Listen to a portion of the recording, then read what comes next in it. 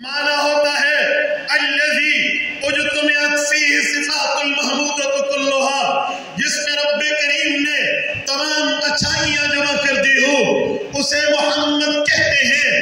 اگر کوئی گستاخ وہ نعوذ باللہ گستاخی کرے، کوئی شاتم پیغمبر اسلام پر زبان درازی کرے، یا کوئی کاتب گستاخی کرتے ہوئے قلم اٹھائے، وہ زبان کھولے گا تو محمد بولے گا، اس کا قلم لکھے گا تو محمد لکھے گا، وہ بات کرے گا تو پہلے محمد کہے گا۔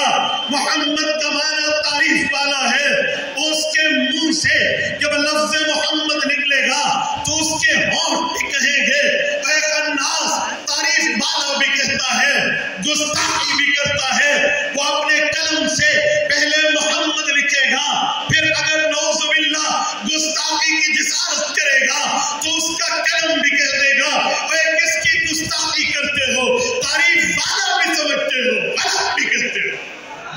میرے پاک پیغمبر کی ناموس رسالت یہاں اس نام سے شروع ہوتی ہے۔ یاد رکھنا دنیا میں گستاخیاں میرے پاک پیغمبر کی شان میں کمی نہیں لا سکتے۔ امام حاکم النیشابوری رحمہ اللہ المتوفى 405 ہجری مستدرک حاکم میں روایت لائے ہیں۔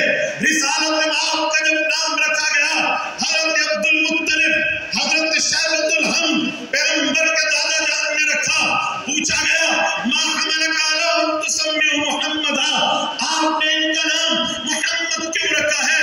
ولم یسمی من آبائہ قط، اس کے باوجود میں تو یہ نام موجود نہیں ہے۔